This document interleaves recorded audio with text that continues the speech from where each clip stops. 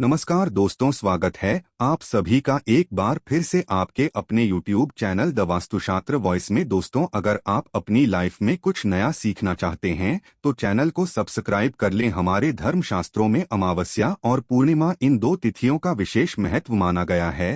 हिंदू धर्म में इस तिथि को खासतौर पर सोमवार, मंगलवार और शनिवार की अमावस्या का काफी महत्व बताया गया है। इस दिन स्नान, दान और तर्पण करना बहुत ही पुण्यदायक और लाभदायक माना गया है। अगर हिंदू धर्म की माने तो ऐसी मान्यता है कि गाय की सेवा अगर निस्वार्थ भाव से की जाए तो घर में लक्ष्मी का वास होता है। वैसे तो युगों युगों से चला आ रहा है कि गाय को हम कुछ न कुछ खिलाते जरूर है। गाय को सनातन धर्म में लक्ष्मी स्वरूप भी माना गया है। कहा जाता है कि गाय की सेवा करने से घर परिवार सुखी और संपन्न रहता है। जिस घर में गाय की सेवा निस्वार्थ भाव से होती है उस घर में लक्ष्मी जी की कृपा हमेशा बनी रहती है। और जिस घर में गाय की सेवा नहीं होती, अचानक से किसी भी प्रकार का वहां पर विघ्न बाधाएं आती रहती हैं। वैसे तो कुछ लोग शहरों में भी रहते हैं, महानगरों में रहते हैं, तो वहां पर गाय पालना संभव ही नहीं है। लेकिन गाय को वहां पर भी रोटी जरूर खिलाई जाती है। लेकिन कई बार गाय को खिलाने में कुछ भूल हो जाती है। तो कौन सी वो 3 चीजें हैं जो गाय को नहीं खिलानी चाहिए, आज हम आपसे इस वीडियो में साझा करेंगे। लेकिन दोस्तों, उससे पहले आपसे रिक्वेस्ट करते हैं कि वीडियो को लाइक जरूर करिएगा, दोस्तों को शेयर कर दीजिएगा। और अगर आपने अभी तक चैनल को सब्सक्राइब नहीं किया है तो चैनल को सब्सक्राइब करके बेल आइकन जरूर दबाइएगा। दोस्तों, हम गाय के अंदर सभी देवी देवताओं का निवास माना जाता है। तो आप सुबह जो पहली रोटी बनती है वो अगर गाय को खिलाते हैं तो देवी देवताओं का आशीर्वाद मिलता है। गाय को गुरु के साथ जोड़ा गया है, यानी गुरु ग्रह के साथ, बृहस्पति ग्रह के साथ। इसलिए गुरुवार के दिन गाय को रोटी पर एक चुटकी हल्दी डालकर खिलाए तो सुख, संपत्ति, धन और ऐश्वर्य बढ़ता है, दुष्ट ग्रह शांत हो जाते हैं। जो लोग मानसिक रूप से परेशान हैं वो गाय को रोटी पर थोड़ा सा गुड़ रखकर खिलाएं तो सकारात्मक ऊर्जा आती है, टेंशन खत्म होते हैं, स्वास्थ्य अच्छा रहता है। और अगर आपको लगता है कि आपके सभी ग्रह खराब है तो ऐसे में गाय को पहली रोटी रोज खिलाए, सभी ग्रह धीरे धीरे शुभ हो जाएंगे। कभी कभी जीवन में लंबे समय से कोई शुभ मंगल कार्य नहीं हो रहे होते, तब ऐसे में आप गाय को रोटी खिलाएं। गाय के मस्तक को छूकर अपनी मन्नत कहे, प्रणाम करें, पैर छुए तो आपकी मन्नत जरूर पूरी होगी। तो ये था गाय को आप क्या खिलाए उसके बारे में। लेकिन गाय को क्या नहीं खिलाना चाहिए अब हम वो जानते हैं। गाय को रोटी तो हर कोई खिलाता है, अब ये रोटी बासी बिल्कुल भी नहीं होनी चाहिए, यानी कि एक दिन पहले की जो रोटी बनी रहती है और आप दूसरे दिन सुबह सुबह खिला देते हैं, वो नहीं खिलानी चाहिए। कई बार आप रोटी बना लेते हैं और उस दिन गाय मिलती नहीं तो रोटी रखी रह जाती है, फिर वो अगले दिन गाय को खिलाने से गाय का अपमान माना जाता है, वो रूटीन बासी कहलाती है। इसलिए गाय को एक दिन पहले की बची हुई रोटी कभी नहीं खिलानी चाहिए। सड़ी गली चीजें, खराब चीजें गाय को मत खिलाइए, इससे घर में परेशानी आती है। अगर आप ऐसा करते हैं तो अपनी आदत को बदली, क्योंकि इससे घर में तकलीफ आती है। गाय को हरा चारा तो हर कोई खिलाता है, हरा चारा आप खिलाते समय एक बात का ध्यान रखें, गाय को सबसे ज्यादा पीपल का पत्ता लोग खिलाते हैं, पर पीपल का पत्ता आप खुद से तोड़कर मत खिलाइए। दूसरी बार आप घर में सब्जी लाते हैं तो सागा जाता है तो उसमें से अच्छी चीजें तोड़कर रख के बचा कुचा आप गाय को ना खिलाएं। आप जो देंगे वह गाय खा लेगी, लेकिन थोड़ी सी कुछ अच्छी चीजें मिलाकर गाय को खिला दीजिएगा तो ज्यादा फायदा होगा। गाय को दूध नहीं पिलाना चाहिए, आप दही चावल खिला सकते हैं, लेकिन दूध ताजा हो या बचा हुआ भूल कर भी गाय को मत खिलाइए। तो 3 चीजें गाय को नहीं खिलानी है। एक तो बची खुची रोटी नहीं खिलानी है, कोई भी अनाज बच जाए उसे दूसरे दिन गाय को नहीं खिलाना है। जैसे चावल बन जाता है, रोटी बन जाती है और आप अगर चारा खिलाते हैं उन्हें तो सड़ा गला मत खिलाएंगे। और अगर खिलाते हैं कोई चीज तो उसके साथ कुछ अच्छी चीजें मिला लें। और गाय को दूध भी नहीं पिलाना है, ये चीजें बिल्कुल भी नहीं खिलाए, नहीं तो घर में गरीबी आती है, माता लक्ष्मी आपके घर में वास करना छोड़ देती है। 84 लाख योनियों के सफर करके आत्मा अंतिम योनि के रूप में गौ का रूप धरती है। गाय लाखों योनियों का वो पड़ाव है जहां आत्मा विश्राम करके आगे की यात्रा शुरू करती है। दोस्तों, गाय का कोई अपशगुन नहीं होता है। जिससे भूभाग पर मकान बनाना हो वहां पर अगर आप 15 दिन के लिए गाय और बछड़ा बांध देते हैं तो वह जगह पवित्र हो जाती है। भूभाग से बहुत सारी आसुरी शक्तियां का नाश हो जाता है, क्योंकि गाय में सकारात्मक ऊर्जा का भंडार माना गया है। गाय का मार्ग रोकना, अगर आप कहीं भी जा रहे हैं और गाय माता आपका मार्ग रोक दें तो ये बहुत ही शुभ माना जाता है। गाय और बछड़े का दर्शन एक साथ आपको हो जाए तो आपकी सफलता का प्रतीक माना जाता है।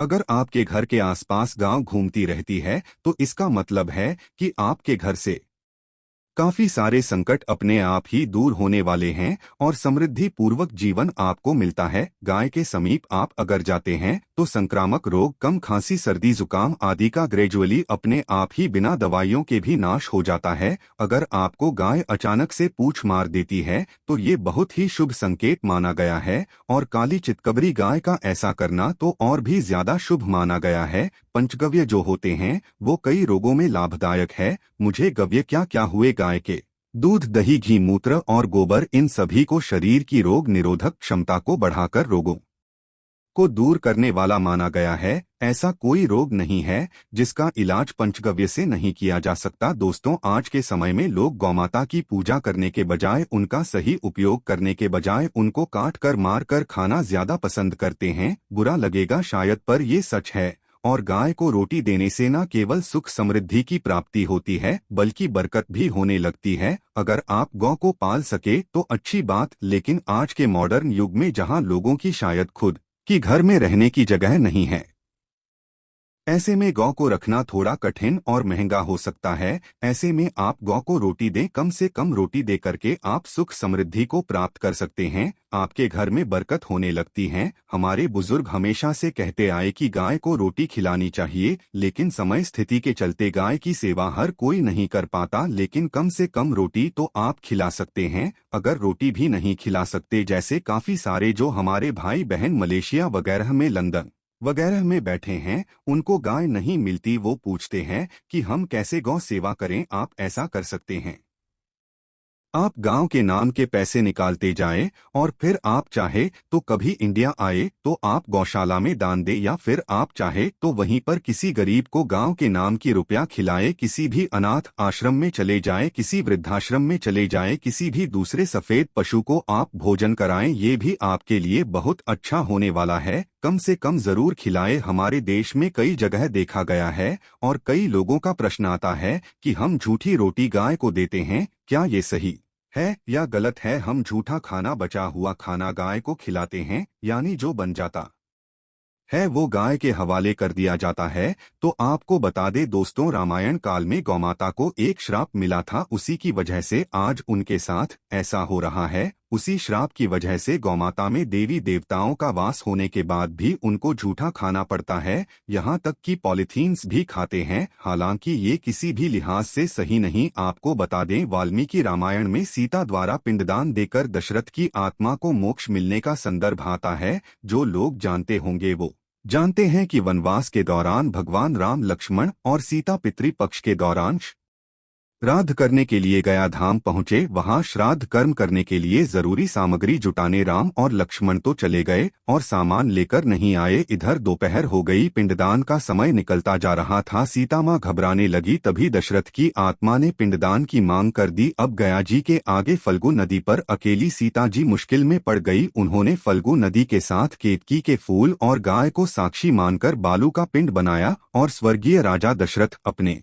ससुर के निमित्त पिंडदान कर दिया। थोड़ी देर में भगवान राम और लक्ष्मण जब लौटे तो उन्होंने कहा कि समय निकल जाने के कारण मैंने पिंडदान कर दिया, बिना सामग्री के पिंडदान कैसे हो सकता है? इसलिए राम जी ने सीता माँ से प्रमाण मांगा। तब सीता माता ने कहा कि जो फल्गु नदी के रेत है, केतकी के फूल हैं, गाय हैं और वट वृक्ष है, जो मेरे द्वारा किए गए श्राद्ध कर्म की गवाही दे सकते हैं। इतने में फल्गु नदी, गाय और केतकी के फूल तीनों इस बात को मुंह करके उन्होंने कहा सीता माँ झूठ बोल रही है, सिर्फ वटवृक्ष ने सही बात कही। तब सीता जी ने दशरथ का ध्यान करते हुए उनसे ही गवाही देने की प्रार्थना करेंगे। दशरथ जी ने सीता माँ की प्रार्थना को स्वीकार करके घोषणा की कि वक्त पर सीता ने मुझे पिंडदान कर दिया। इस पर राम आश्वस्त हुए, लेकिन तीनों गवाहों द्वारा झूठ बोलने पर सीता जी उनसे क्रोधित हो गई और उन्हें श्राप दिया। फल्गु नदी से कहा कि जा, तेरा नाम सिर्फ नदी रहेगा, लेकिन तुझमें पानी कभी नहीं रहेगा। इस कारण आप भी जानते होंगे, जो लोग जानते हैं,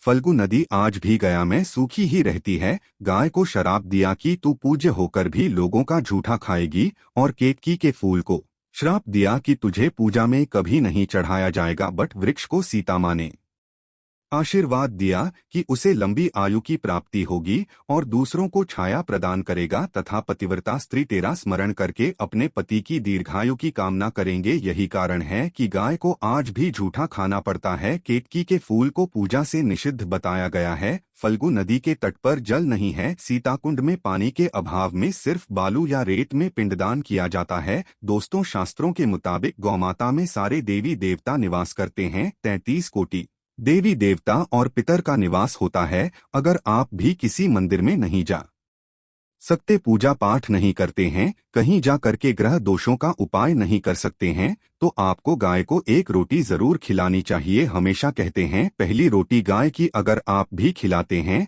तो दुनिया के सारे सुखों को प्राप्त कर सकते हैं। आपने अक्सर ही सुना होगा कि रसोई में पहली रोटी जो भी बने गाय को दे देनी चाहिए। हर रोज गाय को एक रोटी देने से आपके जीवन के सभी दुख दर्द दूर हो जाते हैं। खाना बनाते वक्त हमेशा पहली एक रोटी गाय की निकाल, इसके बाद ही परिवार के बाकी सदस्यों के लिए आपको रोटियां सेंकने चाहिए। कोशिश करनी चाहिए कि गाय की उस रोटी में थोड़ा सा हल्दी मिला दें, इससे गाय को रोटी खिलाने का अपार फल प्राप्त होता है। अगर गुरुवार का दिन हो तो लोही ले ले, सने हुए आटे की एक छोटी सी लोई बना लें और उसमें हल्दी मिलाकर गाय को खिला दें। आपके जीवन में शुभता आती है, वैभव आता है, धन संपत्ति का वास होता है। आप जो भी हासिल करना चाहते हैं जिंदगी में, तो आप देखेंगे कि तुरंत आपको मिनटों में वो हासिल हो जाता है। इसी तरह से आपको नमक का एक उपाय बताते हैं। नमक क्या है? नमक के बिना तो हर स्वाद अधूरा है, और साथ ही साथ अगर नमक ना हो जीवन में तो स्वादहीन हो जाता है। जितना हम खाने में नमक को इम्पोर्टेंट मानते हैं, उतना ही ज्योतिष में नमक को इम्पोर्टेंट ही माना जाता है और इसे कर्ज की वस्तु माना गया है। किसी का नमक खाने का अर्थ क्या होता है? उसका कर्जदार होना। आपने सुना ही होगा, नमक का कर्ज अदा करना है। इसलिए अगर आप जीवन को सुगम बनाना चाहते हैं, सरल बनाना चाहते हैं, तो नमक का एक आसान सा प्रयोग आपको आज हम बताएंगे। आप देखिए कि कितने आपको पॉजिटिव परिणाम मिलते हैं, और इतना आसान है कि इसके लिए आपको अतिरिक्त मशक्कत करने की कोई जरूरत नहीं है। सिर्फ आपको अपने घर में बनी सबसे पहली रोटी लेनी है और उस पर थोड़ा सा नमक रख दें। अब आप पूछेंगे कौन सा नमक रखें, तो सबसे बेस्ट है आप ज्यादा नमक, डेली वाला नमक, सस्ता नमक जो भी है वो रखें। काला नमक नहीं रखना है, आपको सफेद नमक ही रखना है। तो नमक रख लें और फिर इस रोटी को किसी कपिला गाय को आपको दे देनी है। कपिला गाय यानी सफेद रंग की गाय को आपको खिला देना है। अगर आपको कपिला यानी सफेद गाय नहीं मिलती है तो आप ये रोटी किसी भी गाय को खिला दे, मगर यदि आपको कोई ऐसी गाय दिख जाए, सबसे पहले सफेद गाय को ही खिलाना प्रेफर करें। आपको बता दें दोस्तों, ये उपाय आपकी हर समस्या को जड़ से दूर कर देता है। चाहे आपके घर में कोई बड़ी कलह हो, कोई पारिवारिक वाद विवाद हो, इस उपाय को करके आपके घर में सुख का वास होने लगता है। जो भी धन की कमी हो, बच्चों की पढ़ाई हो, कैरियर में सफलता हो, सभी मुश्किलें आपके जीवन की दूर होने लगती है। लेकिन गाय को रोटी देते वक्त मन में ऐसा कोई भावना लगाकर रखें कि हम रोटी खिलाते हैं या फिर हम बहुत बड़े दानी हैं, अन्यथा इस स्थिति में पुण्यफल की प्राप्ति होना संचय वाली स्थिति देता है। गाय को रोटी खिलाने से नियम से बरकत के अलावा आप देखेंगे धन संपत्ति में दिनों दिन बढ़ोतरी होने लगती है और आपके घर के ग्रह दोषों से आपको मुक्ति मिलती है। अगर आपके भी घर में धन की कमी है तो आपको ये उपाय जरूर करना चाहिए। किसी भी दिन करे। अगर सावन का पवित्र महीना है